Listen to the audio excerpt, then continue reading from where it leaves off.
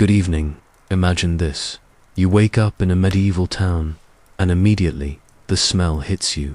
It's not coffee brewing or fresh bread baking. It's the overwhelming stench of human waste, rotting food, unwashed bodies, and something you can't quite identify but probably don't want to. You stumble out of your straw-filled mattress, hoping the rats didn't chew through your feet during the night, and step onto a dirt floor that's more mud than earth. Outside your window, you hear the delightful sounds of someone retching violently, a dogfight, and church bells that seem to ring constantly because, well, someone's always dying. Welcome to the Middle Ages, where survival was less of an expectation and more of a daily miracle. This isn't the romanticized version you've seen in movies, with noble knights and fair maidens dancing in pristine castles. This is the real medieval world, where death wasn't just knocking at your door, it had already broken down the hinges, made itself comfortable in your living room, and invited all its friends over for dinner. Today, we're going on a journey through one of history's most brutal periods, where life was, in the words of philosopher Thomas Hobbes, solitary, poor, nasty, brutish, and short. We'll explore why the Middle Ages were essentially a 1,000-year-long horror movie, where the monsters were very real, very hungry, and very creative in their methods of killing you, from the Black Death that wiped out a third of Europe's population, to the casual brutality of medieval warfare, to the everyday dangers that could turn a simple trip to the market into your final earthly adventure. We'll discover how disease spread faster than gossip in a medieval court, how warfare evolved into an art form of creative destruction, and how even the most mundane activities could result in spectacularly gruesome deaths. We'll meet the people who somehow survived this nightmarish landscape, and learn about the absurd lengths they went to just to see another sunrise. Before we descend into this medieval chamber of horrors, drop a comment below and tell me where in the world you're watching from and whether your current location feels more like a cozy village or a plague-infested wasteland. And while you're at it, hit that subscribe button, because unlike medieval peasants, you actually have the luxury of choosing your own suffering. So settle in, count your blessings that you live in an age of antibiotics and indoor plumbing, and let's explore why the Middle Ages were quite possibly the worst time in human history to draw breath. Chapter 1. Welcome to Hell on Earth. The year is 1347, and you're standing in the bustling port city of Genoa. Ships are arriving from the east, loaded with exotic goods, spices, and something extra that wasn't on the manifest: death itself. The sailors stumble off these vessels, their bodies covered in grotesque black boils the size of eggs, coughing up blood and speaking in delirious whispers about the end of the world. They're not being dramatic, they're being prophetic. This is how the Black Death arrived in Europe, and it came with the efficiency of a modern logistics company and the customer service of a medieval executioner. Within 4 years, this plague would kill between 75 and 200 million people, roughly 1/3 of Europe's entire population. To put that in perspective, imagine if tomorrow, every third person you know just ... vanished. Your neighbor, gone. Your barista, gone. One of your parents, gone. That's the scale we're talking about. But here's the thing that makes the Black Death truly terrifying. It was just Tuesday for medieval people. Plagues weren't rare, catastrophic events. They were seasonal inconveniences, like bad weather or tax collection. The average medieval person could expect to live through multiple plague outbreaks, assuming they were lucky enough to survive the first one. There was the plague of Justinian in the 6th century, which killed 50 million people. There was the Great Mortality of the 14th century. There were countless smaller outbreaks that swept through towns like deadly gossip, leaving behind empty houses and traumatized survivors. Medieval medicine's approach to plague was about as effective as treating a gunshot wound with positive thinking. Doctors, known as physicians, believed disease was caused by bad air or an imbalance of bodily humors. Their treatments included bloodletting, which involved opening veins to drain the corrupted blood, effectively weakening already dying patients. They prescribed bizarre concoctions made from ground unicorn horn, actually narwhal, tusk, crushed emeralds, and human excrement. Yes, you read that correctly. Medieval doctors literally prescribed eating shit as medicine. When the Black Death hit, physicians fled faster than their patients died. Those who stayed tried increasingly desperate measures. They recommended holding aromatic herbs to ward off the bad air. They suggested balancing the humors by consuming foods of opposite temperatures. They performed astrological calculations to determine the most auspicious times for treatment. They might as well have been reading tea leaves or consulting magic 8-balls. The reality was that medieval people lived in conditions that were essentially designed to spread disease. Cities had no sewage systems, so human waste was simply thrown into the streets. Water sources were contaminated with everything from animal carcasses to human remains. People rarely bathed, believing that water opened the pores and allowed disease to enter the body. The irony is breathtaking. They were trying to avoid getting sick by creating the perfect conditions for getting sick. Housing was another vector for disease transmission. Most people lived in 1- or 2-room hovels with no windows, sharing their space with domestic animals. Pigs, chickens, and goats weren't just livestock, they were roommates. These animals brought parasites, diseases, and waste directly into living spaces. Roofs were made of thatch, which provided excellent nesting material for rats, mice, and various insects. Essentially, people were living in biological hazard zones and calling them home. The social response to plague reveals just how psychologically brutal medieval life was. When the Black Death hit, communities turned on each other with savage efficiency. Jewish communities were blamed for poisoning wells and were subjected to horrific pogroms. Thousands were burned alive or tortured to death based on nothing more than medieval anti-Semitism and pandemic panic. In Strasbourg, 2,000 Jews were burned alive in a single day. Their property was confiscated, their children orphaned, and their communities destroyed, all because people needed someone to blame for their suffering. Religious extremists called flagellants roamed the countryside, whipping themselves bloody in public displays of penance. Believing that the plague was God's punishment for humanity's sins, these processions spread disease faster than they spread salvation. As crowds gathered to watch these spectacles of self-mutilation, the Catholic Church eventually banned the practice, but not before it had contributed to the death toll. But perhaps the most chilling aspect of medieval plague response was how quickly society normalized mass death. Within months of the Black Death's arrival, people had developed efficient systems for disposing of bodies. Mass graves became standard. Entire families were buried in single pits. Bodies were thrown onto carts like garbage and hauled to designated dumping grounds outside city walls. The dead were stripped of their clothing and possessions before burial, because resources were too valuable to waste on corpses. Children grew up thinking this was normal. Imagine being 8 years old and having your concept of normal life include daily death carts, mass graves, and the constant possibility that you might not survive until your next birthday. Medieval children developed a psychological resilience that would be considered traumatic dissociation by modern standards. They had to, because the alternative was psychological collapse. And here's the truly medieval part. Even while plague was ravaging communities, life had to continue. Crops needed to be planted and harvested. Animals needed to be tended. Taxes still needed to be collected. Wars still needed to be fought. The plague didn't pause medieval society. It just added another layer of horror to daily existence. People went about their business, stepping over corpses, conducting trade while avoiding infected areas, and planning for futures they might not live to see.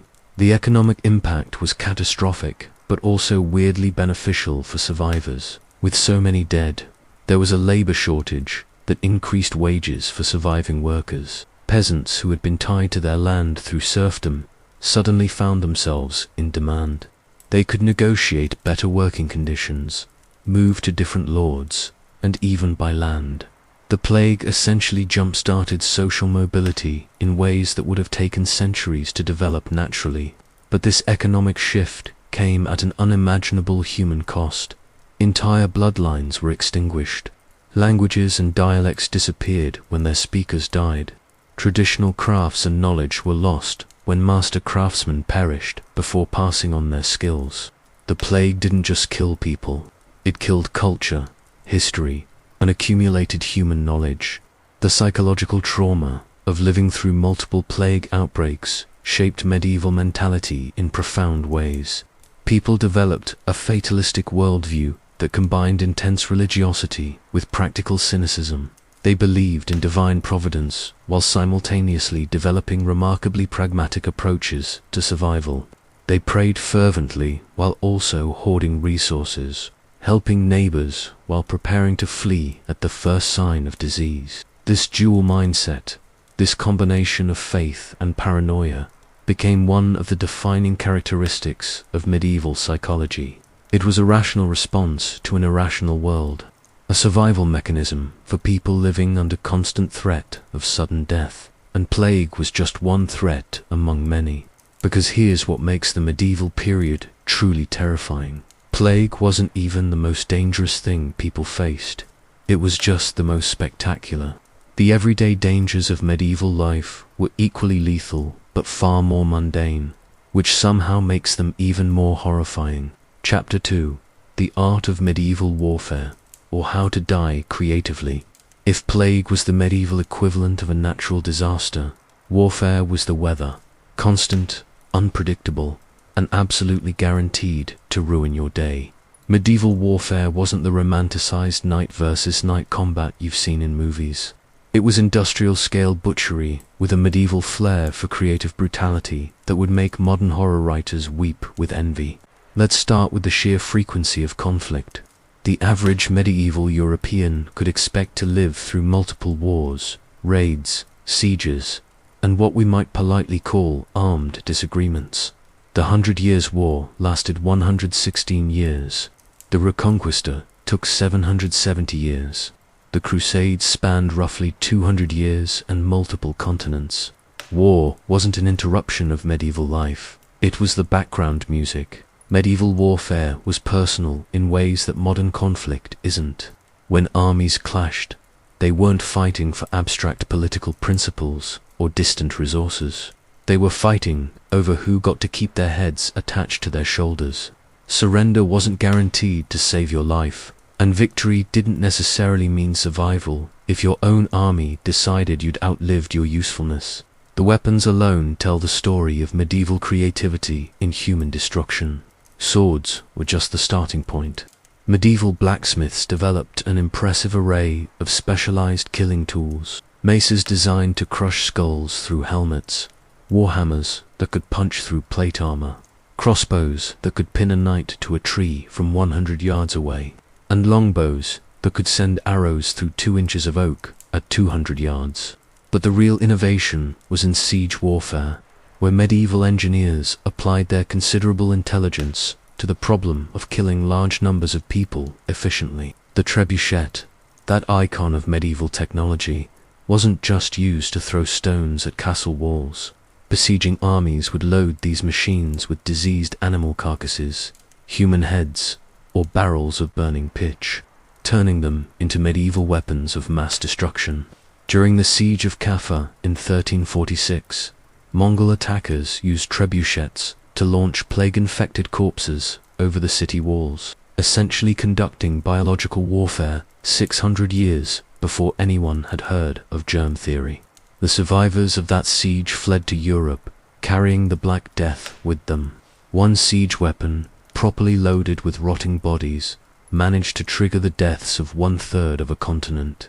Medieval battles were exercises in controlled chaos where death came from every direction at once. Cavalry charges weren't elegant formations of noble knights. They were thundering walls of horseflesh, metal, and sharp objects designed to trample, skewer, and bludgeon anyone unfortunate enough to be in the way. Infantry combat was close-quarters butchery, where men fought with daggers, axes, and anything else they could grab, often continuing to fight even after receiving wounds that should have been immediately fatal. The Battle of Totan in 1461 during the Wars of the Roses lasted over 10 hours in a blinding snowstorm. Men fought hand to hand in conditions where they couldn't see more than a few feet in any direction, slipping on blood-soaked ground, stumbling over the bodies of friends and enemies alike. By the end of the day, roughly 28,000 people were dead, making it one of the bloodiest battles ever fought on English soil. But here's what makes medieval warfare particularly horrific. The dying didn't end when the fighting stopped. Medieval medicine was spectacularly inadequate for treating combat wounds. A minor cut could lead to infection and death within days. Arrow wounds were often fatal not because of the initial damage, but because medieval arrows were specifically designed to be difficult to remove. Barbed arrowheads would tear through flesh and organs during extraction, killing wounded soldiers who might otherwise have survived. Amputation was performed with saws and knives, without anesthesia, and with techniques that virtually guaranteed infection. Soldiers were held down by their comrades, while battlefield surgeons sawed through bones, cauterized wounds with red-hot irons, and prayed that their patients would pass out from pain before dying from shock. The treatment for serious wounds often killed patients faster than the original injuries. Wounds were packed with materials like moss, cloth scraps, or whatever else was available, usually introducing more bacteria than they prevented. Medicines included applications of honey, wine, and various herbal concoctions that had no actual therapeutic value, but probably felt better than doing nothing. Siege warfare elevated medieval creativity in destruction to an art form. Besieging armies didn't just attack. They orchestrated systematic campaigns of terror designed to break the psychological will of defenders. They would construct elaborate siege engines within sight of the walls, taking their time to maximize psychological pressure. Defenders could watch their doom being assembled piece by piece, knowing exactly what was coming but being powerless to stop it. The siege of Rouen in 1418 lasted 6 months, during which time the population inside the walls was slowly starved into submission. People ate their horses, their dogs, cats, and eventually rats. They boiled leather to extract any possible nutrition. Parents watched their children waste away, knowing that surrender meant possible massacre, but that continued resistance meant certain starvation. When cities finally fell, the aftermath was often worse than the siege itself. Medieval armies were paid irregularly, if at all, so soldiers expected to supplement their income through plunder. The sack of a city was essentially a business transaction, where payment was extracted directly from the civilian population through rape, theft, and murder. The sack of Constantinople in 1204, during the Fourth Crusade, saw Christian armies destroying the greatest Christian city in the world, slaughtering civilians, raping nuns, and looting churches. The Crusaders spent 3 days systematically destroying a civilization that had preserved classical knowledge for centuries. They melted down priceless artifacts for their gold content and used ancient manuscripts as kindling for their fires. Medieval siege tactics included psychological warfare that would be considered war crimes by modern standards. Attackers would display the heads of captured defenders on spikes, catapult body parts over walls, and force captured civilians to approach the walls under threat of death, knowing that defenders would have to choose between shooting their own people or allowing enemy forces to advance under human shields. The development of gunpowder weapons in the later medieval period added new dimensions of horror to warfare. Early cannons were as likely to explode and kill their operators as they were to damage enemy fortifications. When they worked properly, they could reduce castle walls to rubble, but they could also misfire and send cannonballs flying into friendly forces. Artillery crews had one of the most dangerous jobs in medieval warfare, which is saying something. Naval warfare was equally brutal and far more unpredictable. Medieval ships were floating death traps even in peaceful conditions. They were built without proper understanding of naval architecture. navigated without accurate maps or instruments, and crewed by men who often couldn't swim. When these vessels engaged in combat, they became floating charnel houses where men fought hand-to-hand on blood-slicked decks, while the ships themselves burned or sank beneath them. The psychological impact of constant warfare shaped medieval culture in profound ways.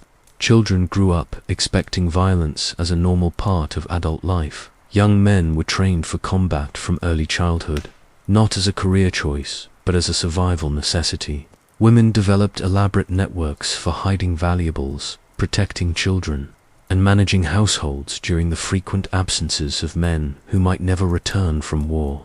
Medieval literature is full of casual references to violence that reveal how normalized brutal death had become. Epic poems describe disembowelment and dismemberment with the same matter-of-fact tone modern people use to describe traffic jams. Religious texts routinely describe martyrdom in graphic detail, treating horrible deaths as desirable outcomes. But perhaps the most chilling aspect of medieval warfare was how it intersected with other medieval dangers. Armies spread disease as they moved, carrying plague, typhus, and dysentery between regions. They disrupted agricultural cycles, leading to famines that killed more people than the actual fighting. They destroyed infrastructure, leaving communities vulnerable to bandits, wild animals, and environmental disasters. War also created social chaos that enabled other forms of violence. Desperate people turned to brigandage, preying on travelers and isolated communities. Displaced populations became refugees, competing for resources and often turning on each other. The breakdown of legal authority during wartime meant that crimes went unpunished, leading to cycles of revenge and counter-revenge that could last for generations. And here's the truly medieval irony. Much of this warfare was conducted in the name of Christian principles. The Crusades were sold as holy wars designed to reclaim sacred lands. The Inquisition used torture and execution to save souls. Religious conflicts like the Albigensian Crusade saw entire populations exterminated in the name of doctrinal purity. Medieval warriors often carried religious symbols into battle, praying for divine protection while preparing to commit acts that would be considered savage by any standard. They saw no contradiction between Christian faith and creative brutality, because medieval Christianity had developed theological justifications for violence that would make modern ethicists weep. This wasn't hypocrisy. It was a coherent worldview that accepted violence as a tool for achieving spiritual goals. Medieval people lived in a universe where physical suffering was considered spiritually beneficial, where earthly life was less valuable than eternal salvation, and where God was believed to communicate through warfare, plague, and natural disasters. The result was a culture that could produce magnificent cathedrals and exquisite illuminated manuscripts, while simultaneously developing increasingly sophisticated methods of killing people. Medieval civilization was simultaneously deeply spiritual and profoundly violent, creating art of transcendent beauty while perfecting techniques of systematic brutality. This contradictory nature of medieval life becomes even more apparent when we examine the everyday dangers that ordinary people faced, dangers that were often more deadly than the spectacular violence of warfare simply because they were so constant and so mundane. Chapter 3: Daily Life, Daily Death, When Everything Wants to Kill You. Imagine waking up every morning knowing that the simple act of eating breakfast could be your last meal. Not because of any grand military campaign or spectacular plague, but because medieval food safety standards were roughly equivalent to playing Russian roulette with your digestive system. Welcome to medieval daily life, where death didn't need to dress up as war or disease to claim victims. It was perfectly content to come disguised as a loaf of bread. Medieval food was a fascinating exercise in controlled toxicity. Grain, the staple of medieval diet, was stored in conditions that would make modern health inspectors weep. Wheat, barley, and rye were kept in damp granaries where they developed ergot, a fungus that produces compounds similar to LSD. consuming ergot-contaminated grain caused hallucinations, convulsions, and gangrene. Entire villages would experience mass psychosis, with people reporting visions of demons, dancing maniacally in the streets, and watching their extremities turn black and fall off. The condition was called St. Anthony's Fire, and it struck communities with the random cruelty of a medieval lottery. People would wake up feeling normal and go to bed dying from gangrene, their hands and feet literally rotting away while they were still alive. The hallucinations made the physical agony even worse, as victims experienced terrifying visions while their bodies consumed themselves from within. But ergot poisoning was just one way food could kill you. Medieval preservation techniques included salting, smoking, and drying, all of which could go horribly wrong.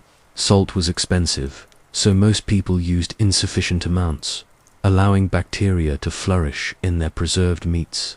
Smoking was often done with whatever wood was available, including varieties that produced toxic compounds. Dried foods were stored in conditions where they could absorb moisture and develop deadly molds. Fresh food wasn't any safer. Vegetables were fertilized with human waste, creating perfect conditions for cholera, typhoid, and dysentery.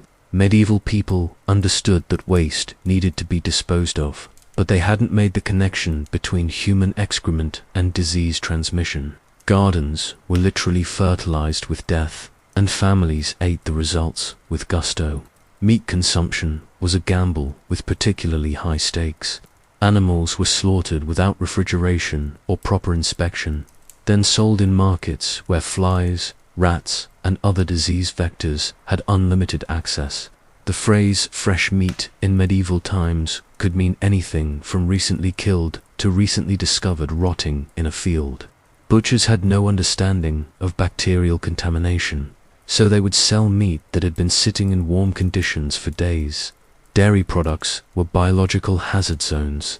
Milk was never pasteurized, so it contained whatever bacteria the cows had been carrying. Cheese was made in conditions where contamination was not just possible but inevitable. Medieval cheesemaking involved letting milk rot in specific ways, but without understanding bacterial processes, cheesemakers couldn't distinguish between beneficial fermentation and deadly decomposition. Water, the most basic human necessity, was also the most reliable way to contract fatal diseases. Medieval people knew that stagnant water was dangerous, but they didn't understand why. They would avoid obviously polluted sources while unknowingly drinking from wells contaminated with human waste. River water was considered safe as long as it was flowing, regardless of what was flowing into it upstream. Cities were particularly dangerous because they concentrated all these risks in small areas with large populations. Urban water supplies were contaminated by runoff from butcher shops, tanneries, and latrines. Waste disposal consisted of throwing garbage and human excrement into the streets, where it would decompose and seep into groundwater. Medieval cities were essentially large-scale experiments in how many different ways human waste could contaminate human food and water supplies. Housing was another daily threat to survival. Most medieval buildings were fire hazards constructed with fire-prone materials. Timber-framed houses with thatched roofs were essentially kindling waiting for a spark. Heating and cooking were done with open flames, often in rooms with no proper ventilation. Families would go to sleep surrounded by fire hazards and wake up surprised to still be alive. When fires started, they spread with devastating efficiency. Medieval cities were built with narrow streets and closely spaced buildings, creating perfect conditions for fires to jump from structure to structure. The Great Fire of London in 1666 destroyed 13,200 houses in just 4 days. But medieval cities experienced similar disasters regularly on smaller scales. The response to fires revealed the medieval approach to crisis management: prayer, panic, and property damage. Medieval firefighting techniques included pulling down buildings to create fire breaks, throwing water from buckets, and hoping that wind patterns would change favorably.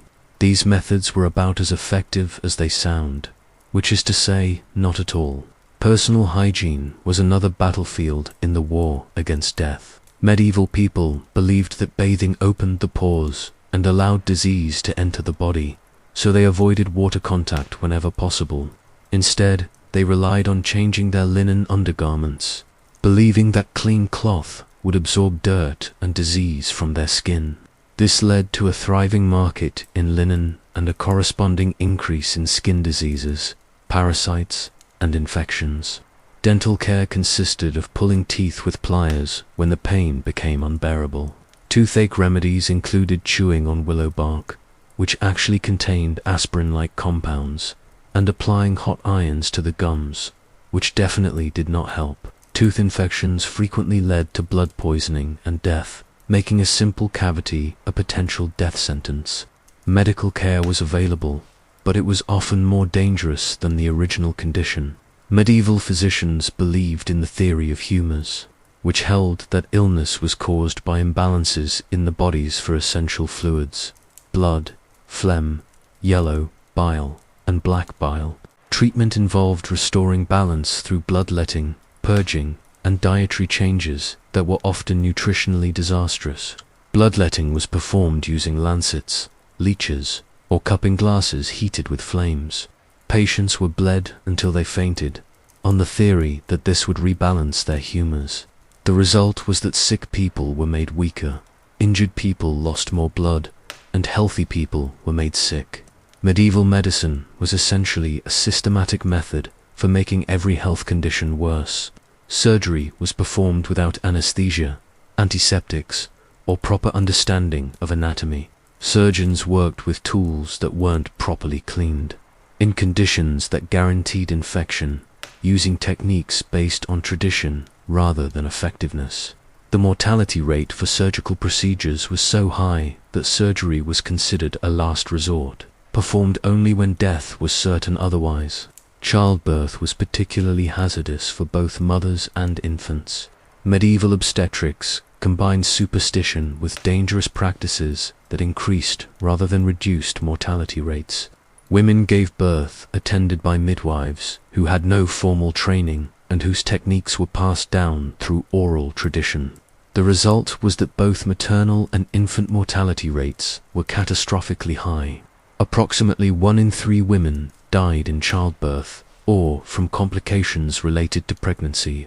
Infant mortality was even worse, with roughly half of all children dying before reaching adulthood. Families planned for child death as a normal part of family life, often not naming children until they had survived their first year. Work was another daily opportunity for creative death. Medieval occupations were inherently dangerous in ways that would make modern safety inspectors ban entire industries. Farmers worked with animals that could kick, bite, or trample them. They used sharp tools without safety equipment. They worked in all weather conditions, leading to deaths from exposure, lightning strikes, and accidents related to poor visibility. Craftsmen worked with toxic materials without understanding their dangers. Metal workers were exposed to lead, mercury, and other heavy metals that caused neurological damage and death. Tanners worked with chemicals that ate through skin and lungs.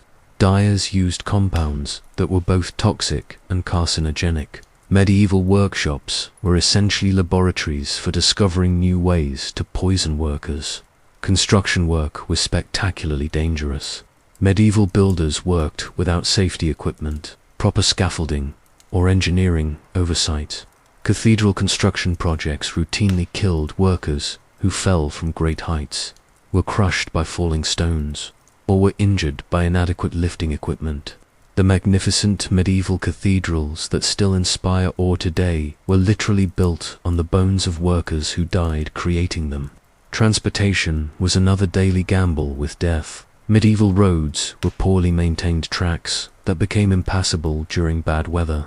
Travelers risked getting lost, being attacked by bandits, or simply falling into holes or off cliffs.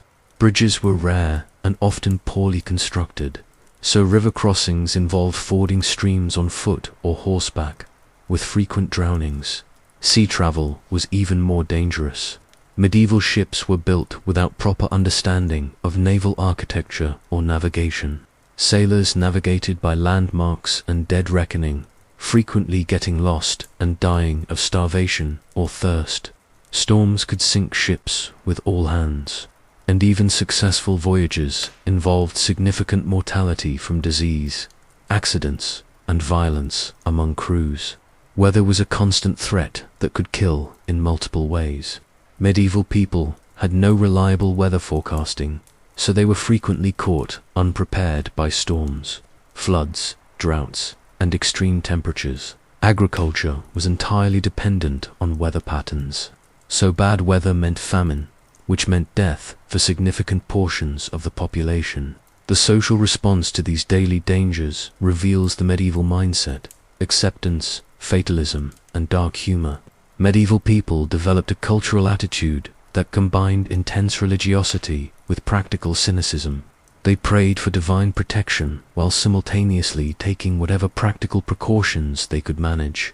Medieval literature is full of casual references to sudden death that reveal how normalized these dangers had become. Folk songs describe people dying from common activities with the same matter-of-fact tone modern people use to describe minor inconveniences. Death was such a constant presence that it became part of the cultural background noise. But perhaps most tellingly, medieval people developed elaborate social rituals around death preparation. People wrote wills as soon as they reached adulthood, not as estate planning but as practical preparation for the high probability of sudden death. They participated in religious practices designed to prepare souls for immediate transition to the afterlife. They developed social networks specifically designed to care for orphans and widows, because family dissolution through death was expected rather than exceptional. This daily proximity to death shaped medieval psychology in ways that are difficult for modern people to understand.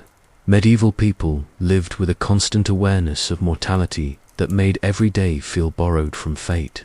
This created a culture that was simultaneously deeply spiritual and intensely practical, capable of profound religious devotion and pragmatic brutality. The result was a society that could create transcendent art while living in conditions of extraordinary physical danger. Medieval people built magnificent cathedrals while knowing that the construction process would kill many of the builders. They composed beautiful poetry while living in conditions where a minor scratch could lead to fatal infection. They developed complex philosophical systems while facing daily survival challenges that would break most modern people. This contradiction between cultural achievement and physical danger becomes even more apparent when we examine the medieval justice system, which managed to be both spiritually motivated and spectacularly brutal, creating new forms of suffering in the name of maintaining social order. Chapter 4: Medieval Justice, or How to Make Death Even Worse. If daily life in medieval times was a constant gamble with death, the justice system was where death put on its formal attire and really showed off. Medieval law enforcement combined religious zeal with creative sadism to produce a judicial system that would make modern criminal justice reformers spontaneously combust with horror. This wasn't just about punishment. This was about turning human suffering into public entertainment while simultaneously serving God, maintaining order, and satisfying the crowd's bloodlust. The medieval understanding of crime was fundamentally different from modern concepts of justice. Crime wasn't just a violation of social order. It was a sin against God, a disruption of cosmic harmony, and a personal insult to the local lord's authority, all rolled into one. The punishment needed to address all these dimensions, which meant that medieval justice was less concerned with rehabilitation or deterrence, and more focused on spectacular displays of divine wrath channeled through human institutions. Trial procedures were based on the assumption that God would intervene directly in legal proceedings to ensure that justice was served. This led to the development of trial by ordeal, a judicial system that essentially outsourced legal decisions to divine providence while providing maximum entertainment value for spectators. If you were accused of a crime in medieval times, You weren't judged by a jury of your peers. You were judged by your ability to survive deliberately inflicted torture. Trial by fire required the accused to carry a piece of red-hot iron for a specific distance, after which their hands were bandaged and inspected 3 days later. If the burns were healing cleanly, they were innocent. If infection had set in, they were guilty. This system had the elegant simplicity of medieval logic. God would protect the innocent from infection while allowing the guilty to suffer from it. The fact that medieval understanding of infection was essentially non-existent didn't seem to undermine confidence in this method. Trial by water came in 2 varieties, both of which were excellent ways to die regardless of guilt or innocence. In cold water ordeals, the accused was bound and thrown into a body of water. If they floated, they were guilty because the pure water had rejected them. If they sank, they were innocent, assuming they could be pulled out before drowning. In hot water ordeals, the accused had to retrieve an object from a cauldron of boiling water, after which their hands were examined for signs of divine protection. Surprisingly, hands plunged into boiling water tended to show signs of severe burns regardless of the accused moral status. Trial by combat allowed disputants to settle legal questions through armed conflict, operating on the theory that God would grant victory to the righteous party. This system worked fine when both parties were skilled fighters, but it created obvious problems when one party was elderly, disabled, or simply untrained in combat. The solution was to allow champions to fight on behalf of those unable to defend themselves, which effectively turned legal disputes into professional wrestling matches with deadly consequences. The most elaborate form of trial by combat was judicial dueling, which developed into a complex ritual with specific rules about weapons, timing, and conditions. Dueling grounds were consecrated, prayers were said, and crowds gathered to watch legal questions resolved through creative violence. The winner of the duel was considered to have proven their legal position, regardless of their actual knowledge of the facts in question. But trial by ordeal was just the appetizer in the medieval justice feast. The main course was punishment, and medieval authorities approached punishment with the enthusiasm of artists working in their preferred medium. Execution methods were designed to maximize suffering while providing moral instruction to spectators. Death wasn't enough. It had to be educational, entertaining, and spiritually edifying all at once. Hanging was the basic no-frills method of execution, but even this was designed for maximum impact. Medieval gallows were constructed in prominent public locations, and executions were scheduled as social events. Condemned prisoners were paraded through towns on their way to execution, allowing crowds to gather and creating a carnival atmosphere around judicial murder. The actual hanging process was designed to maximize suffering rather than minimize it. Medieval hangmen used short drops that caused strangulation rather than broken necks, meaning that condemned prisoners would slowly choke to death while their friends, family, and neighbors watched.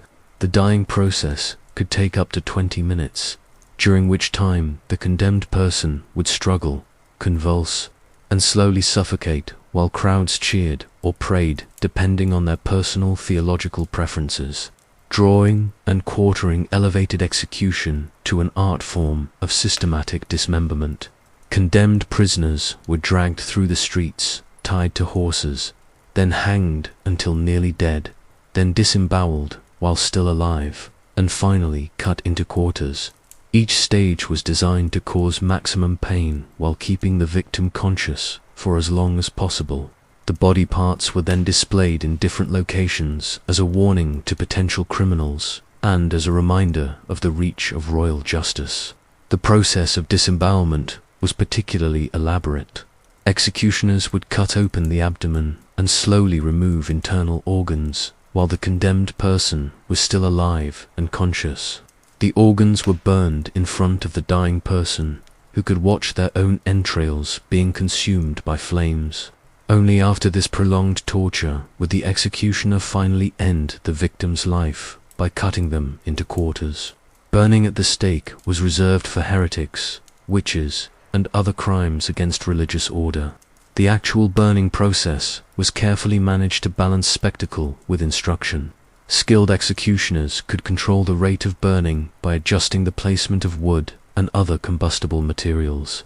Quick burns killed victims through smoke inhalation before the flames reached them, while slow burns allowed for prolonged suffering that could last hours.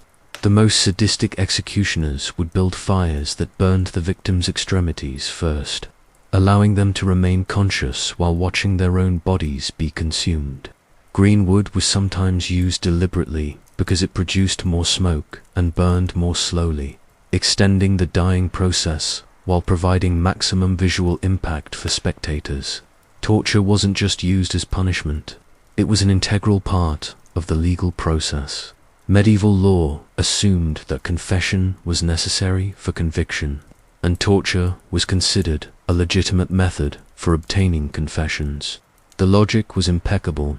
Innocent people would confess only to true crimes, while guilty people would eventually admit their guilt under sufficient physical pressure.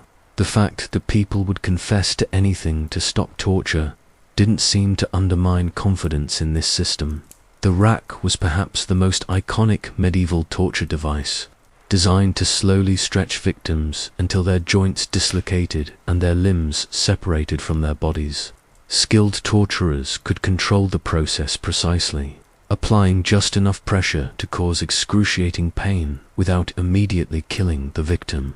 The stretching process would begin with mild discomfort and gradually increase until bones popped out of their sockets and ligaments tore apart. Victims on the rack would experience their bodies being slowly pulled apart while remaining fully conscious. Throughout the process, the torture could be stopped and resumed multiple times, allowing interrogators to ask questions during brief respites from agony. Many victims died from shock or internal bleeding before their limbs actually separated, but the threat of complete dismemberment was usually sufficient to obtain confessions to any crime imaginable. The Iron Maiden, despite being largely a later invention, represents the medieval approach to combining maximum pain with minimum lethality. Medieval torturers developed numerous devices designed to cause specific types of agony while keeping victims alive for extended periods. The goal wasn't just to extract confessions, it was to demonstrate the power of authority through systematic infliction of suffering. Thumbscrews, boot crushes, and various devices for compressing specific body parts were designed to cause excruciating pain to small areas of the body while leaving victims conscious and capable of speech. Skilled torturers could cause incredible agony without damaging vital organs, allowing interrogations to continue for days or weeks. Water torture involved forcing large quantities of water down victims' throats, causing them to feel as though they were drowning while remaining technically alive. The water would distend their stomachs painfully and make breathing difficult, creating intense physical distress without causing immediate death. This method was particularly popular because it left no permanent physical marks, allowing authorities to claim that no actual torture had occurred. The judicial system also included punishments designed for public humiliation rather than death. The pillory and stocks were designed to expose criminals to public mockery, physical abuse, and psychological torture. People locked in these devices were completely helpless, while crowds threw garbage, excrement, and sometimes stones at them. The psychological trauma of public humiliation was considered an important component of justice. Branding was used to mark criminals permanently, ensuring that they would carry visible signs of their guilt for the rest of their lives. Hot irons were pressed into flesh, usually on the face or hands, creating permanent scars that would identify the bearer as a convicted criminal. The branding process itself was excruciating, but the social consequences lasted forever. Mutilation was another form of punishment that combined immediate suffering with permanent consequences. Thieves might have their hands cut off, ensuring that they could never again use those hands for criminal purposes. Liars might have their tongues removed. Adulterers might be mutilated in ways specifically related to their crimes. These punishments were designed to create physical disabilities that would serve as permanent reminders of criminal behavior. The most creative punishments were designed to match the crime symbolically, while maximizing both immediate suffering and long-term consequences. Counterfeiters might have their hands dipped in molten metal. False witnesses might have their tongues pierced with hot irons. The punishment was intended to reflect the nature of the crime while ensuring that the criminal would be permanently marked and disabled. Medieval authorities also developed elaborate execution rituals that turned judicial murder into religious theater. Condemned prisoners were required to participate in their own executions by confessing their crimes, asking forgiveness from their victims, and demonstrating proper Christian penitence. The execution became a morality play in which the condemned person played the role of the repentant sinner seeking divine mercy through earthly suffering. These execution rituals could last for hours, with prayers, speeches, and ceremonial activities preceding the actual killing. The condemned person was expected to cooperate with their own execution, demonstrating acceptance of divine justice and providing moral instruction to spectators. Those who failed to play their assigned role properly might be subjected to additional torture or more painful methods of execution. The social function of these spectacles was complex and revealing of medieval psychology. Public executions served as entertainment, moral instruction, and political demonstration all at once. They reinforced social hierarchies by demonstrating the power of authority over life and death. They provided religious education by showing the consequences of sin, and they satisfied popular bloodlust in socially acceptable ways. Crowds at executions were active participants rather than passive observers.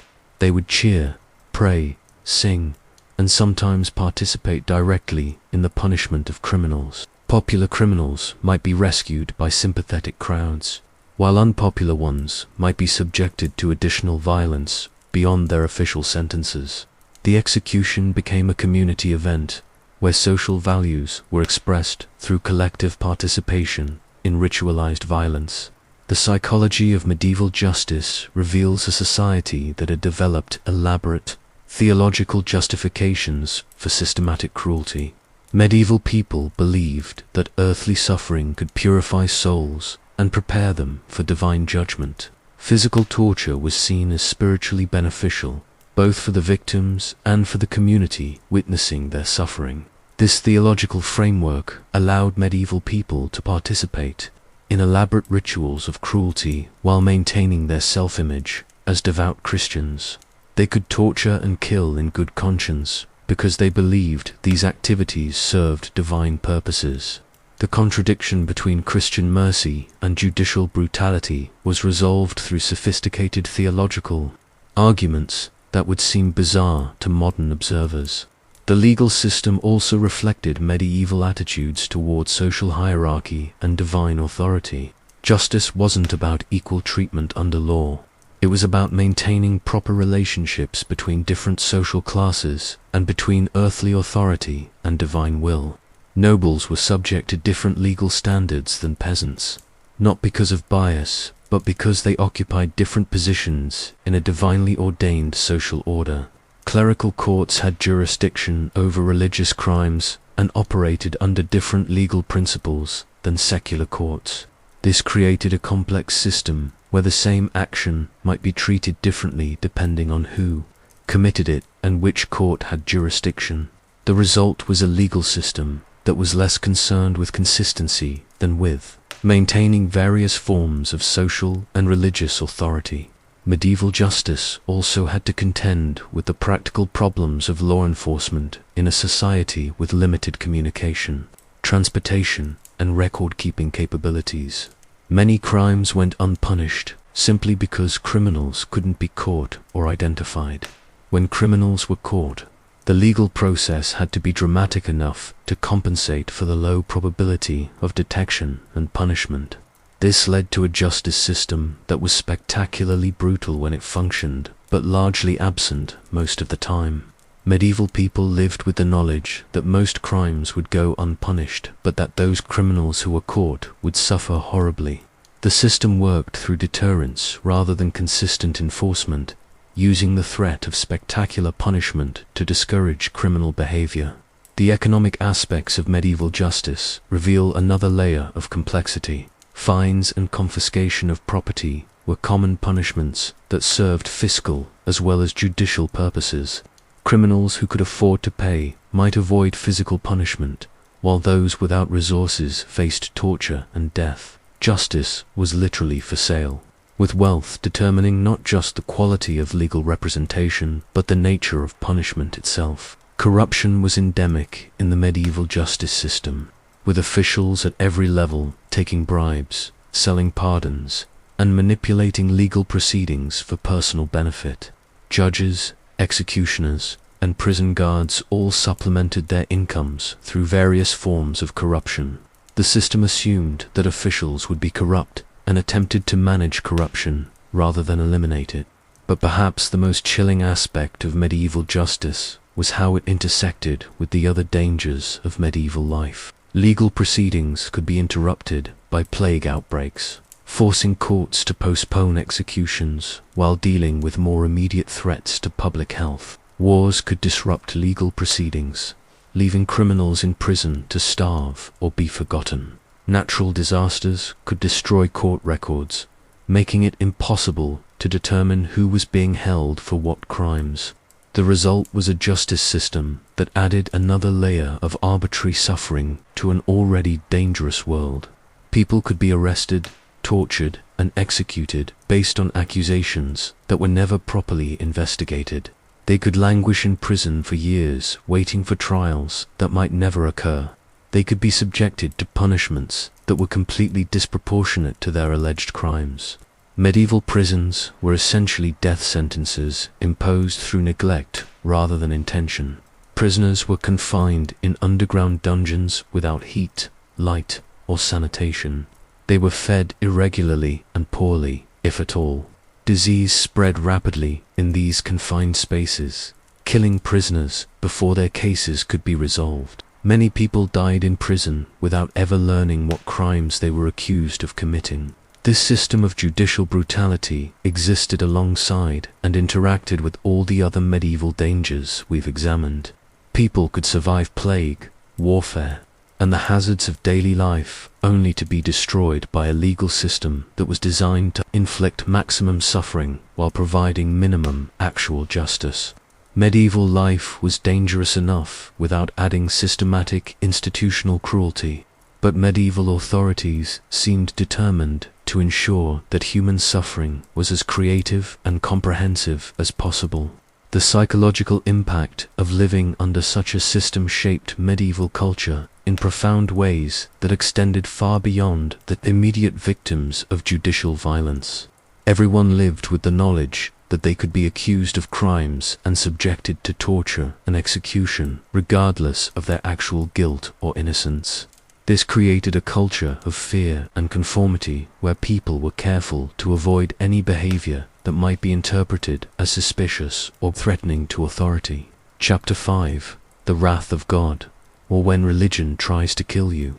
If the medieval justice system was humanity's attempt to systematize suffering, medieval religion was God's apparent effort to demonstrate that divine creativity in destruction far exceeded anything humans could imagine. Medieval Christianity wasn't the gentle, forgiving faith that modern believers might recognize. It was a cosmic horror story where an all-powerful deity expressed love through elaborate tortures, and salvation required surviving a world specifically designed to test human endurance through systematic brutality. Medieval religious life was dominated by the constant awareness of sin, damnation, and divine wrath. The Church taught that humans were inherently sinful creatures who deserved eternal torture, but might possibly earn salvation through sufficient earthly suffering. This theological framework turned every aspect of daily life into a spiritual battle where the stakes were literally infinite, and the odds were heavily stacked against human survival.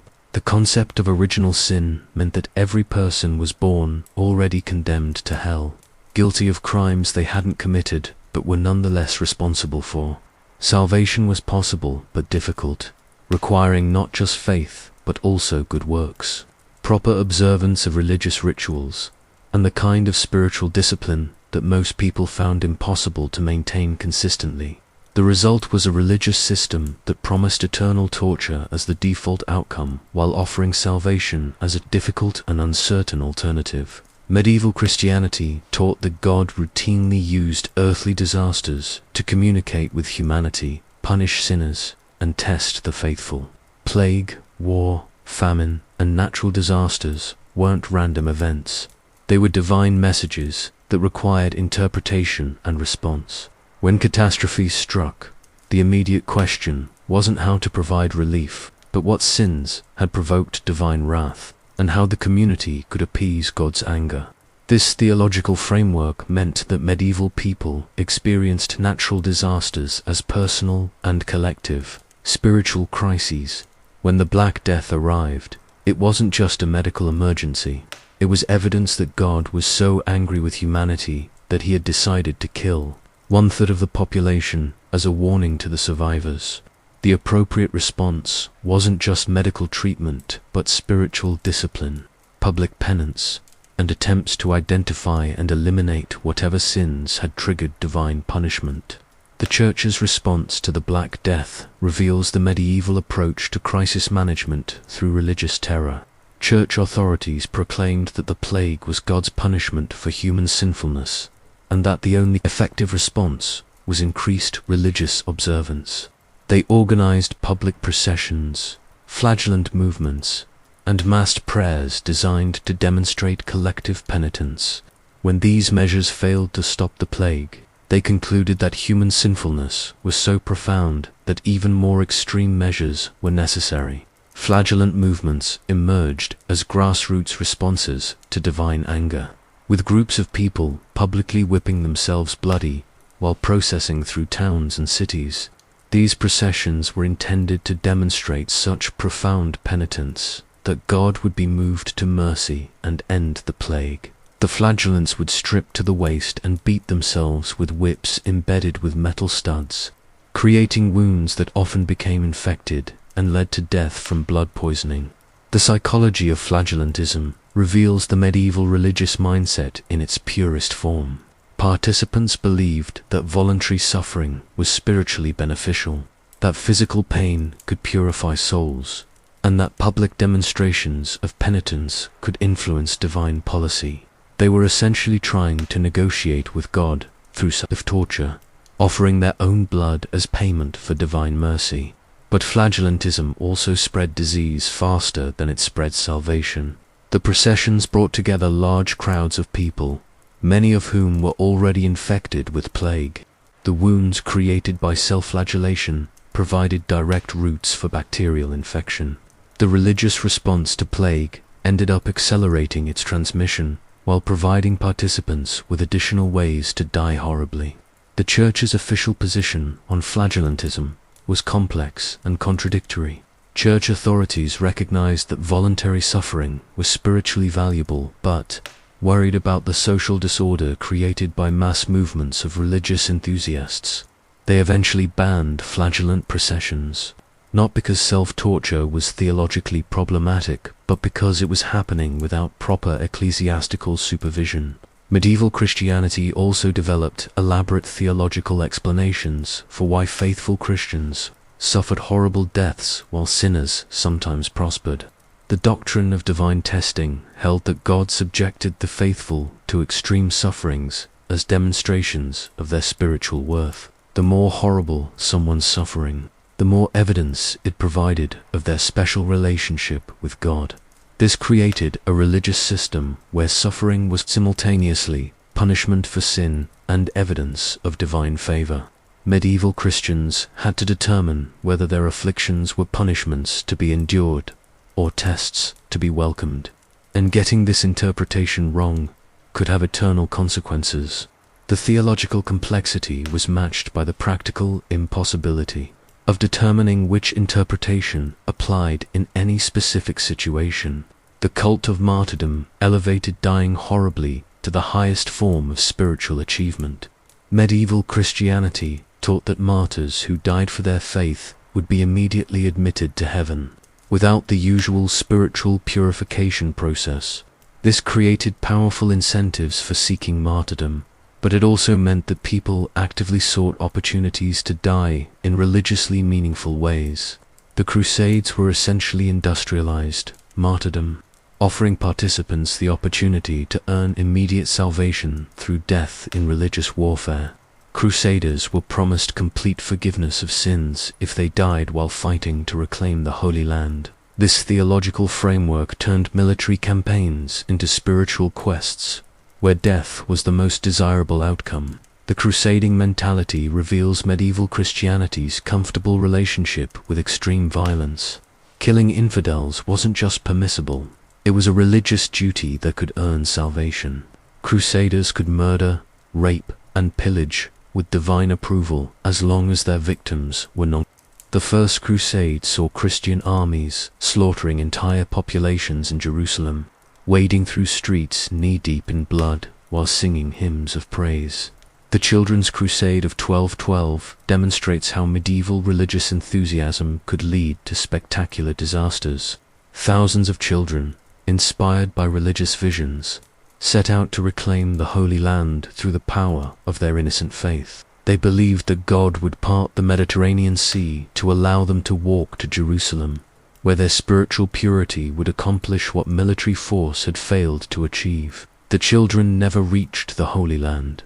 Many died from exposure, starvation, and disease during the journey.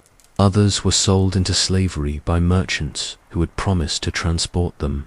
The entire movement was a catastrophic demonstration of how medieval religious fervor could transform spiritual enthusiasm into mass child sacrifice. The Inquisition represented the Church's systematic approach to identifying and eliminating heresy through torture and execution. Inquisitors developed sophisticated techniques for extracting confessions from accused heretics, using both physical torture and psychological pressure to force people to admit to crimes against religious orthodoxy. The Inquisition's torture methods were specifically designed to cause maximum pain while keeping victims alive for extended interrogations. The strapado involved hanging victims by their wrists tied behind their backs, then dropping them suddenly to dislocate their shoulders. The process could be repeated multiple times, with weights added to increase the severity of injuries. Water torture involved forcing large quantities of water down victims' throats while they were strapped to inclined tables. The water would fill their stomachs and lungs, creating the sensation of drowning while keeping them technically alive. Skilled inquisitors could maintain this process for hours, bringing victims to the edge of death repeatedly while extracting increasingly elaborate confessions. The theological justification for these tortures was that saving souls was more important than preserving bodies. Inquisitors believed that they were performing acts of spiritual mercy by forcing heretics to confess their sins and reconcile with the Church before execution. The torture wasn't punishment, it was therapy, designed to cure spiritual diseases through physical correction. The Inquisition also developed elaborate procedures for identifying heretics, based on subtle signs of religious deviation. Failure to attend Mass regularly, asking theological questions, owning books, or associating with accused heretics could all be interpreted as evidence of heretical beliefs. The system created an atmosphere of religious paranoia where any behavior that deviated from strict orthodoxy could result in arrest, torture, and execution. Witch trials represented another intersection of medieval religion with systematic cruelty.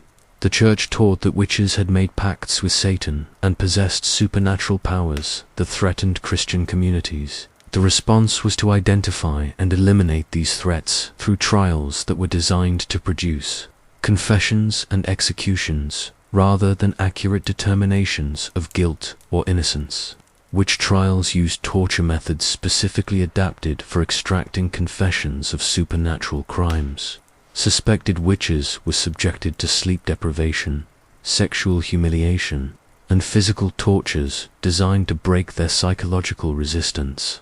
The assumption was that innocent people would maintain their denials under torture, while guilty witches would eventually confess their crimes. The witch-finding process relied on identifying physical marks that were believed to be signs of demonic pacts. Suspected witches were stripped naked and examined for moles, scars, or other skin irregularities that could be interpreted as devil's marks. These examinations were conducted publicly, adding sexual humiliation to the process of religious persecution. Water tests for witchcraft involved binding suspected witches and throwing them into bodies of water. If they floated, they were guilty because pure water would reject evil spirits. If they sank, they were innocent, assuming they could be rescued before drowning. This test was essentially a choice between death by drowning and death by execution, with survival being interpreted as evidence of guilt. The psychological impact of living under constant religious surveillance shaped medieval culture in profound ways. People learned to monitor their own thoughts and behaviors for signs of religious deviation that could be interpreted as heretical. They developed elaborate techniques for demonstrating religious orthodoxy through public displays of piety that might protect them from accusations of spiritual crimes. Religious festivals became opportunities for competitive demonstrations of faith, with communities trying to prove their devotion through increasingly elaborate celebrations.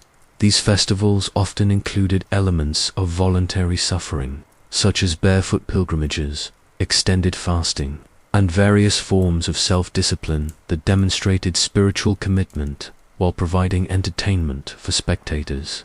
The pilgrimage industry developed around the belief that traveling to holy sites could earn spiritual benefits that would reduce time spent in purgatory after death. Medieval people would undertake dangerous journeys to distant shrines, often suffering from disease, exposure, and bandits, while seeking spiritual rewards that might help them avoid eternal damnation. Pilgrimages were essentially religious gambling, with people risking their lives in hopes of earning spiritual benefits that couldn't be verified until after death. The journey itself was considered spiritually valuable, so the more dangerous and uncomfortable the pilgrimage, the greater the spiritual rewards it might provide. People would deliberately choose difficult routes and uncomfortable conditions as methods of earning divine favor. The economic aspects of medieval religious life reveal how spiritual concerns intersected with material realities. The church developed elaborate systems for selling spiritual benefits through indulgences, relics, and religious services that promised to reduce punishments in the afterlife. People could literally buy their way out of purgatory, assuming they had enough money and the church's promises were valid. The sale of indulgences created a religious economy where salvation became a commodity that could be purchased, traded, and inherited. Wealthy people could buy complete forgiveness for their sins, while poor people faced eternal damnation because they couldn't afford spiritual benefits. The system explicitly connected financial status with eternal destiny, making poverty both an earthly and spiritual catastrophe. Relic worship created markets for body parts and personal possessions of saints that were believed to possess miraculous healing powers. Medieval churches competed to acquire the most impressive collections of holy relics, leading to a thriving trade in authenticated body parts that was indistinguishable from grave robbing, except for its religious justification. The authentication of relics relied on church authorities who had obvious financial incentives to confirm the spiritual value of items that generated pilgrim donations. The same saint's head might be venerated in multiple churches simultaneously, with each institution claiming to possess the authentic relic while denouncing competing claims as fraudulent. Medieval monasticism represented an attempt to achieve spiritual perfection through systematic self-denial that often bordered on self-destruction. Monks and nuns took vows of poverty, chastity, and obedience that required them to suppress natural human instincts in pursuit of spiritual discipline. The result was communities of people who had voluntarily chosen to live under conditions that resembled imprisonment. Monastic life included regular fasting, sleep deprivation, and various forms of self-discipline that were designed to weaken the body in order to strengthen the spirit. Monks would wear hair shirts, sleep on hard surfaces, and limit their food intake to minimal levels that maintained life while causing constant discomfort. The goal was to achieve spiritual purification through systematic physical suffering. Some monastic communities developed extreme forms of asceticism that resulted in death from malnutrition, exposure, and self-inflicted injuries. The line between spiritual discipline and suicide was often unclear, with some monks essentially starving themselves to death while claiming to pursue religious goals. The medieval religious calendar was organized around cycles of fasting, penance, and spiritual discipline that made ordinary life more difficult and dangerous. Lent required extended periods of reduced food consumption that weakened people's resistance to disease. Other religious observances required pilgrimages, extended prayers, and various forms of self-denial that increased mortality rates while demonstrating spiritual commitment. Religious architecture reflected medieval Christianity's fascination with suffering and death. Gothic cathedrals were designed to inspire awe through their massive scale and elaborate decorations, but they were also filled with imagery of torture, martyrdom, and damnation. The art and sculpture in these buildings provided detailed visual instruction in the various ways that humans could suffer for religious purposes. The construction of these cathedrals required enormous investments of resources and labor that often left communities impoverished and vulnerable. People would donate their life savings to cathedral building projects, leaving themselves without resources to deal with famines, diseases, or other emergencies. The spiritual benefits of contributing to cathedral construction were considered more valuable than material security. But perhaps the most psychologically damaging aspect of medieval religion was its promise that earthly suffering was temporary while eternal consequences were permanent. This framework made it rational to accept horrific present conditions in hopes of avoiding even worse future punishments. Medieval people could endure almost any earthly suffering because they believed that the alternative was infinite torture in hell. This theological framework created a culture that was remarkably tolerant of suffering and remarkably suspicious of pleasure. Any activity that was enjoyable was potentially sinful and therefore dangerous to eternal salvation. Medieval Christianity taught people to distrust their own instincts, suppress their desires, and embrace suffering as spiritually beneficial. The result was a religious system that turned life into a continuous spiritual emergency, where every decision had eternal consequences and most pleasurable activities were potentially damning. Medieval people lived with constant anxiety about their spiritual status, never certain whether they were earning salvation or damnation through their daily choices. This religious framework intersected with all the other dangers of medieval life to create a comprehensive system where physical and spiritual threats reinforced each other. People faced not just the risk of death from disease, violence, and accidents, but also the risk of eternal damnation from making wrong spiritual choices while dealing with these temporal dangers. Chapter 6: The Economics of Dying, or How Poverty Made Everything Worse. Medieval economics operated on a simple principle. Most people lived so close to starvation that any disruption to the agricultural cycle meant death for significant portions of the population.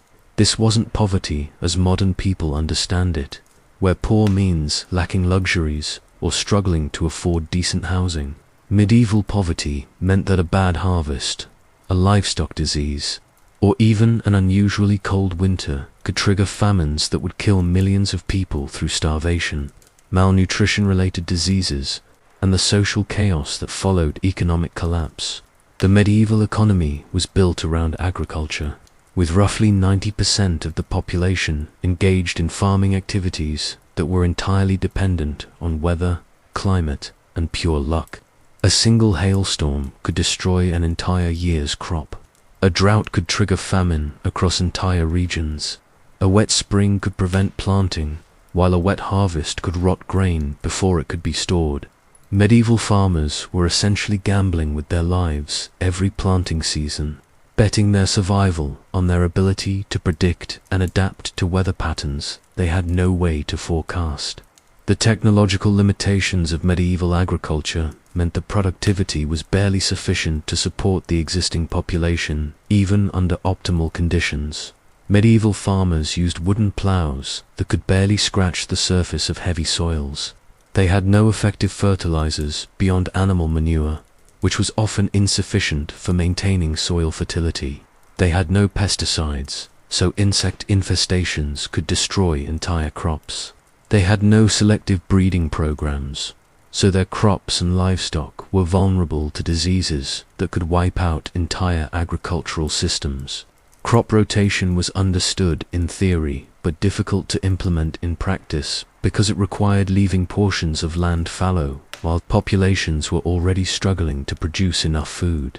The three-field system was an improvement over earlier methods, but it still meant that 1/3 of agricultural land was out of production every year. This inefficiency was economically necessary but practically devastating for communities that needed every available acre to produce food.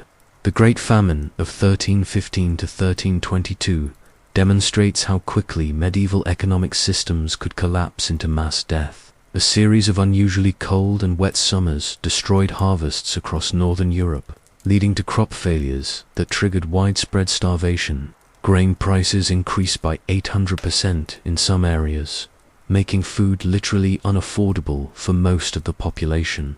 People began eating bark, grass, and anything else they could find that might provide nutrition.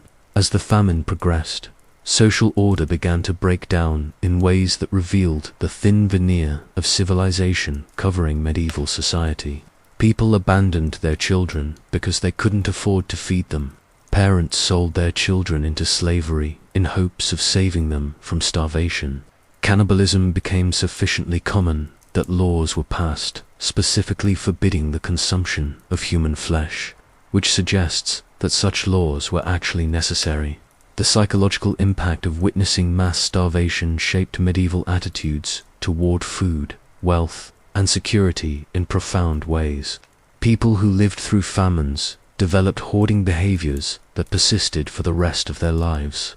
They would stockpile grain, preserve food in multiple ways, and maintain emergency supplies that might allow them to survive the next agricultural disaster. These behaviors were economically rational responses to economic systems that routinely failed to provide basic necessities.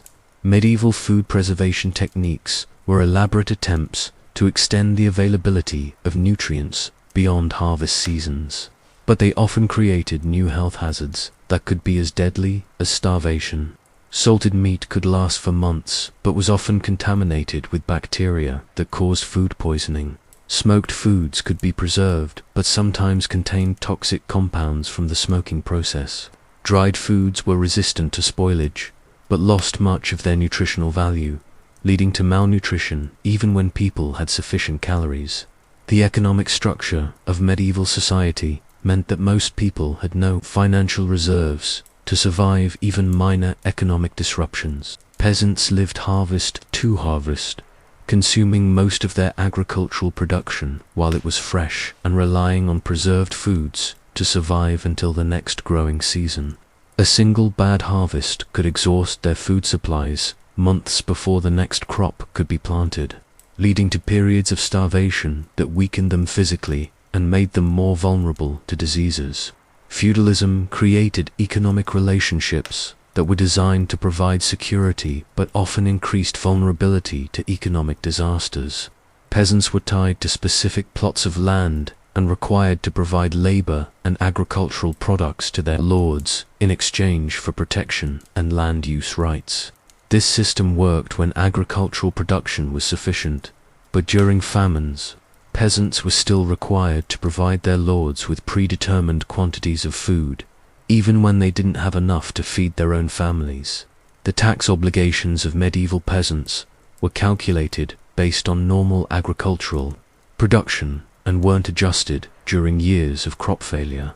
This meant that during famines, when people most needed to conserve their food supplies, they were still required to turn over significant portions of their harvest to lords, kings, and the church. The economic system that was supposed to provide security instead intensified the impact of agricultural disasters. Medieval monetary systems were based on precious metals that were often in short supply, leading to chronic shortages of currency that made trade difficult and economic development nearly impossible. Most economic transactions were conducted through barter systems that were inefficient and vulnerable to manipulation. Without reliable currency systems, people couldn't save money effectively or invest in improvements that might increase agricultural productivity. The lack of banking systems meant that people had no safe places to store wealth and no access to credit that might help them survive economic emergencies. Wealthy individuals might loan money at extremely high interest rates, but these loans were often secured by land or labor obligations that could result in permanent enslavement if borrowers couldn't repay. Medieval people who borrowed money during famines often found themselves permanently indebted to creditors who could claim their labor, their land, and even their children as payment.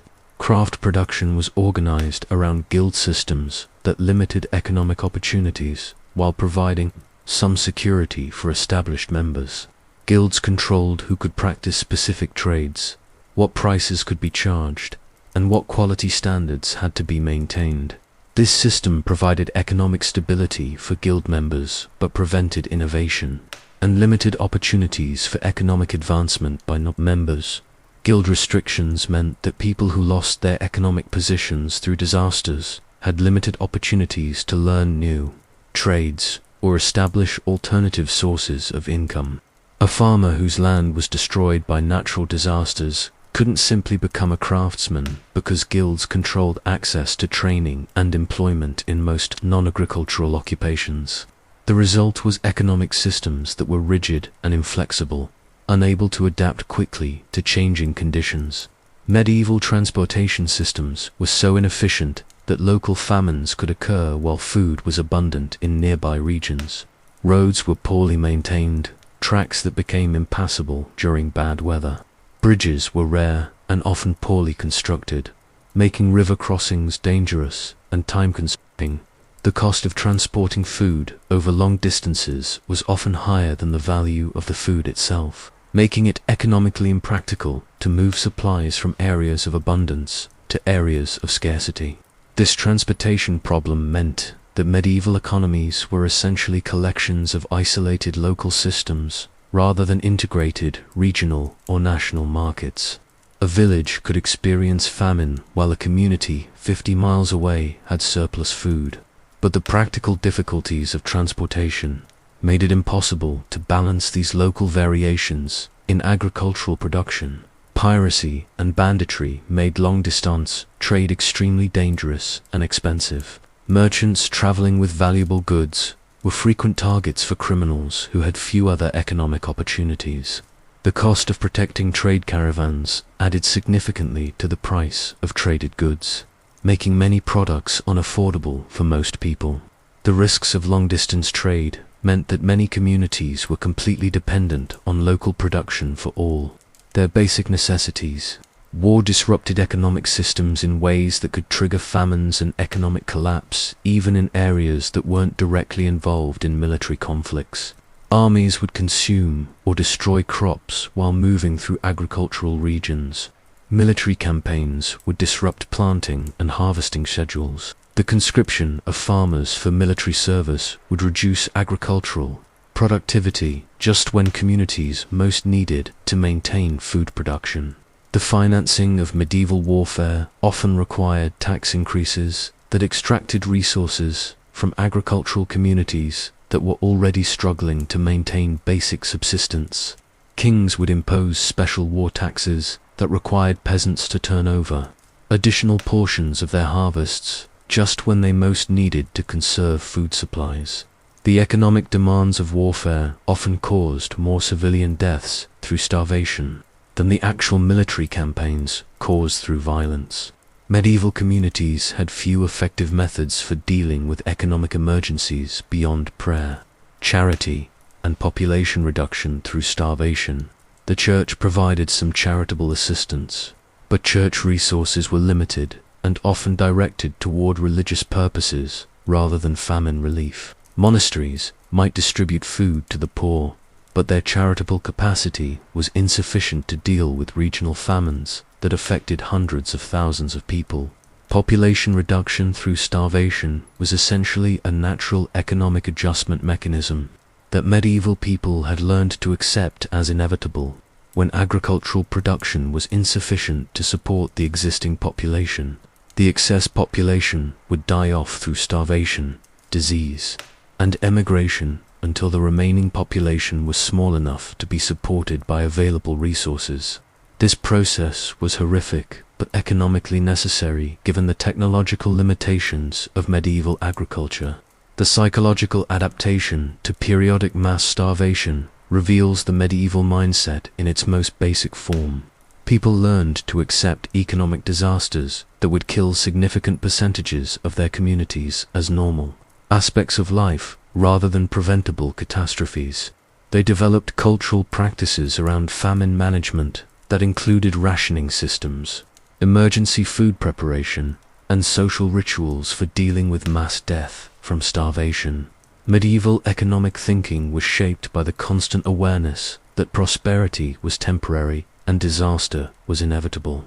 People who achieved economic success understood that their wealth could disappear quickly through agricultural disasters, political upheavals, or simple bad luck.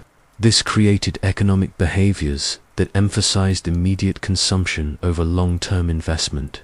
Since there was no guarantee that investments would survive the next economic catastrophe, the integration of economic vulnerability with all the other dangers of medieval life created comprehensive systems of insecurity where threats reinforced each other in devastating ways. Famines weakened people's resistance to diseases. Economic disasters triggered social unrest that led to increased violence. Political instability disrupted trade systems that communities depended on for survival. Medieval people lived with the knowledge that their economic security was entirely dependent on factors beyond their control. Weather patterns, political decisions by distant rulers, military campaigns they had no influence over, and natural disasters they couldn't predict or prevent. This created a culture of fatalism, where people planned for disaster as the normal state of affairs, while treating periods of stability and prosperity as temporary aberrations. The result was an economic system that guaranteed most people would live their entire lives on the edge of starvation while facing constant risks of economic catastrophes that could kill them and their families through mechanisms that were both predictable and unavoidable. Medieval economics wasn't about creating wealth or improving living standards. It was about surviving long enough to reproduce before the next economic disaster struck. Chapter 7: The Final Reckoning: Why Anyone Survived at All. After examining the spectacular variety of ways that medieval life could kill you, from plague-bearing fleas to judicial torture to divinely inspired starvation, the most remarkable thing about the Middle Ages isn't how many people died, but how anyone managed to survive at all. Medieval Europe was essentially a 1,000-year-long experiment in human resilience, where people somehow managed to maintain civilization while living under conditions that would make modern disaster movies seem optimistically upbeat. The survival strategies that medieval people developed reveal a level of psychological adaptability that borders on the superhuman. They learned to live with constant uncertainty, accepting that death could arrive at any moment through any number of creative mechanisms, while still managing to fall in love, raise families, create art, and build communities. This wasn't denial or ignorance. It was a conscious choice to embrace life fully while acknowledging its fundamental fragility. Medieval people developed cultural practices that helped them cope with the omnipresence of death in ways that modern people can barely comprehend. They created elaborate social rituals around death preparation that made dying a community activity rather than an isolated individual experience. Everyone participated in funeral rites, death watches, and memorial practices that kept the reality of mortality constantly present while simultaneously making it bearable through shared experience. The medieval approach to child rearing reveals their practical adaptation to high mortality rates. Parents knew that approximately half of their children would die before reaching adulthood, so they developed parenting strategies that balanced emotional attachment with psychological protection. They would often delay naming children until they had survived their first year, and they maintained larger families, partly as insurance against the inevitable losses they would experience. This created a parenting philosophy that was simultaneously deeply loving and practically detached. Medieval parents cared intensely about their children while also preparing themselves psychologically for the high probability of losing them. They developed emotional regulation strategies that allowed them to grieve deeply while also moving forward with the practical necessities of survival. Medieval communities created social support networks that were specifically designed to deal with the constant disruption caused by sudden death. Neighbors, relatives, and community members had established roles and responsibilities for caring for orphans, widows, and others who had lost their primary support systems. These networks weren't just charitable impulses, they were essential survival mechanisms that everyone might need at some point. The economic cooperation systems that medieval communities developed were remarkably sophisticated responses to constant uncertainty. People shared resources, labor, and risks in ways that distributed the impact of individual disasters across entire communities. Harvest cooperatives, shared livestock management, and communal storage systems helped ensure that local disasters didn't necessarily mean individual death sentences. Medieval agricultural practices, despite their technological limitations, were actually highly adapted to the environmental and economic constraints of the time period. Crop diversification, preservation techniques, and land management strategies were designed to maximize the chances of survival rather than optimize production efficiency. Medieval farmers were essentially expert risk managers who had developed sophisticated strategies for dealing with agricultural uncertainty. The dietary practices of medieval people reveal their deep understanding of nutrition and food security even without modern scientific knowledge. They combined different protein sources, preserved foods using multiple techniques, and maintained diverse food supplies that reduced their dependence on any single agricultural product. Medieval cuisine was actually quite sophisticated in its attention to nutritional balance and food safety. Medieval medical practices, while often ineffective by modern standards, were actually rational responses to the medical knowledge and resources available at the time. People developed extensive knowledge of herbal remedies, surgical techniques, and public health measures that provided genuine benefits even when their theoretical understanding was incorrect. Medieval medicine was pragmatic rather than scientific, but it was often surprisingly effective. The psychological resilience that medieval people developed was perhaps their greatest survival asset. They learned to live with uncertainty, plan for multiple contingencies, and maintain emotional stability under conditions that would be considered traumatic by modern standards. This resilience wasn't just individual, it was cultural, passed down through generations as essential survival knowledge.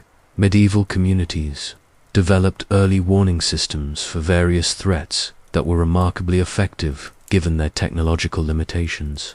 They could predict weather patterns, identify disease outbreaks, and detect military threats using observation techniques and communication networks that allowed them to prepare for dangers before they became fatal. These systems saved countless lives by providing advance notice of threats. The religious framework of medieval life, despite its emphasis on suffering and divine judgment, actually provided powerful psychological resources for coping with constant danger. Religious faith gave people explanatory frameworks for understanding disasters, social support networks for dealing with crises, and hope for better outcomes in both earthly and eternal terms. Medieval religion was psychologically functional even when it was theologically problematic. Medieval craftsmanship and technology, while primitive by modern standards, were actually highly sophisticated responses to the resource constraints and practical needs of the time period. Medieval engineers, architects, and craftsmen developed techniques that maximized durability, functionality, and resource efficiency in ways that modern technology sometimes fails to achieve. The social organization of medieval communities was designed around the practical necessities of survival rather than abstract principles of justice or equality. Feudal relationships, guild systems, and community hierarchies all served functions that helped communities survive under conditions where individual survival was often impossible. These systems weren't fair by modern standards, but they were effective at maintaining social order under extreme stress. Medieval legal systems, despite their brutality and arbitrary nature, actually served important social functions in maintaining community cohesion and deterring behaviors that threatened collective survival. The spectacular nature of medieval punishment was partly theatrical, designed to reinforce social norms and demonstrate the consequences of antisocial behavior in ways that would be remembered and retold. The cultural achievements of medieval civilization become even more impressive when considered against the background of constant mortal danger. Medieval people created magnificent architecture, sophisticated philosophy, beautiful art, and complex literature while living under conditions that required most of their energy and attention just to survive. Their cultural productions were not escapes from reality, but affirmations of human dignity under impossible circumstances. Medieval technological innovation was driven by survival necessity in ways that produced remarkably creative solutions to practical problems. The development of improved agricultural tools, architectural techniques, and manufacturing processes was directly related to the need to increase survival rates and improve living conditions. Under resource constraints, the preservation of classical knowledge during the medieval period was actually a remarkable achievement of cultural continuity under extremely difficult circumstances. Medieval scholars maintained libraries, copying manuscripts, and educational institutions while their communities faced constant threats from war, disease, and economic collapse. Their commitment to learning and cultural preservation ensured that human knowledge survived the medieval period and could contribute to later cultural developments. Medieval trade networks, despite the dangers of long-distance travel, actually created extensive systems of cultural and economic exchange that connected communities across vast distances. These networks spread not just goods, but also ideas, technologies, and cultural practices that helped communities adapt to local challenges by learning from the experiences of others. The demographic recovery that occurred after each major medieval catastrophe demonstrates the remarkable resilience of medieval populations. Communities that lost 30 to 50% of their population to plague could recover their numbers within a generation or two, suggesting that medieval people had developed effective strategies for rebuilding their societies after devastating losses. Medieval women, despite legal and social restrictions, developed extensive informal networks and practical skills that were essential for community survival.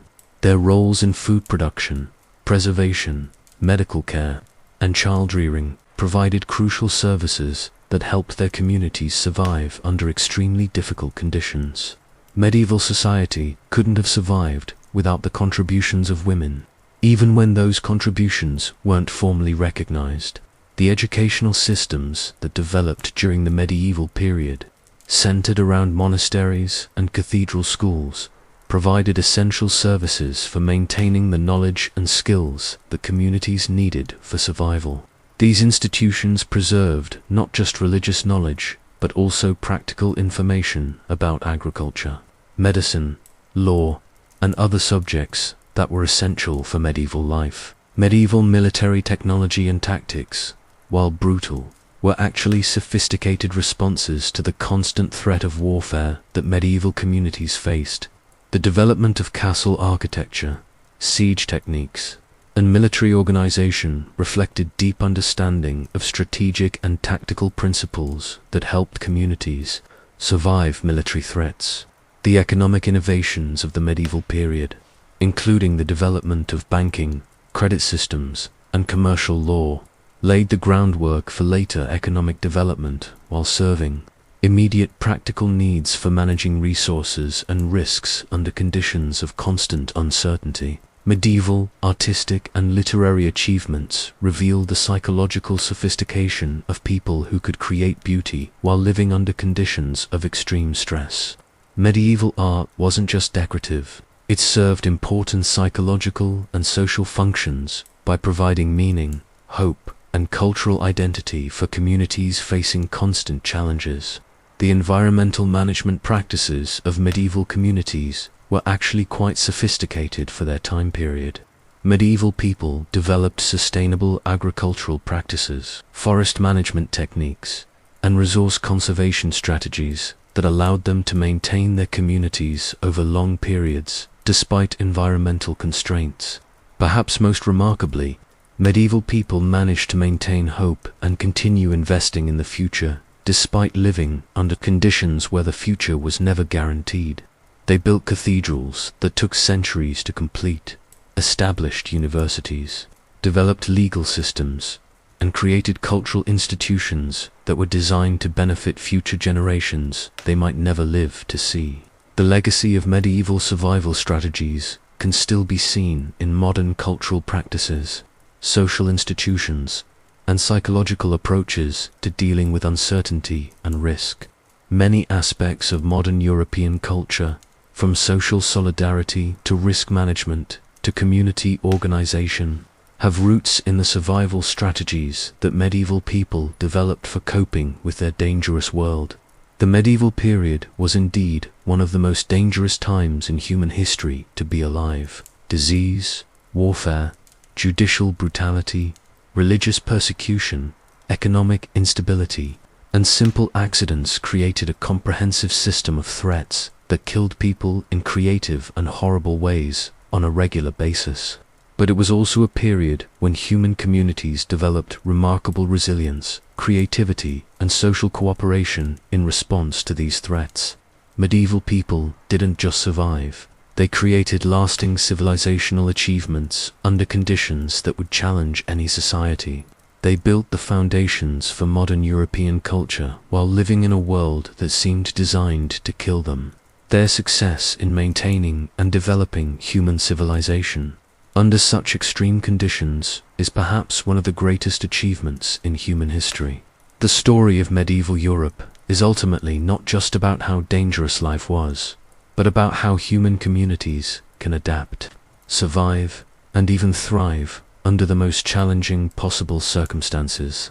Medieval people faced a world that wanted to kill them in countless ways, and they responded by creating communities, cultures, and institutions that not only survived but flourished.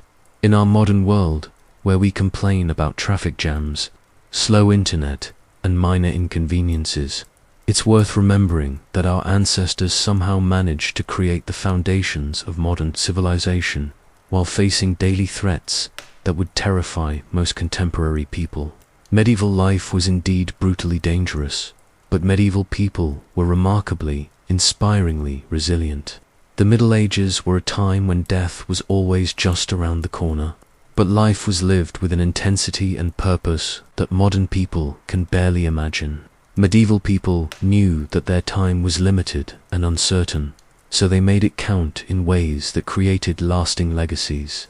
They may not have lived as long as modern people, but they certainly lived more deliberately. So the next time you're frustrated by minor modern inconveniences, remember the medieval peasant who faced plague, famine, warfare, judicial torture, religious persecution, and economic collapse while still managing to fall in love, raise children, create art, and build communities that lasted for centuries. Their story isn't just about surviving danger.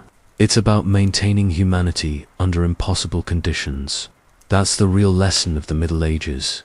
Not that life was dangerous, which it certainly was, but that human beings are capable of extraordinary resilience, creativity, and community building, even under the most challenging circumstances. Medieval people lived in a world that tried to kill them in countless ways, and they responded by creating civilization. That's not just survival, that's triumph. Thank you for joining me on this journey through one of history's most dangerous periods. If you survived this video, you're already doing better than many medieval people would have managed. Hit that subscribe button if you want more historical horror stories. And remember, you're living in the best time in human history to be alive, even if your coffee is cold and your Wi-Fi is slow. The Middle Ages, where every day was a survival horror game, but somehow people kept playing, kept winning, and kept building the world we inherited. They may not have had antibiotics, but they had something we often lack: the knowledge that life is precious precisely because it's fragile, and that community and culture matter precisely because they're so difficult to maintain. Medieval people lived with death as a daily companion, but they chose life anyway. In a world designed to kill them, they chose to create, to love, to build, and to hope. That's not just medieval history. That's the human condition at its most courageous and inspiring.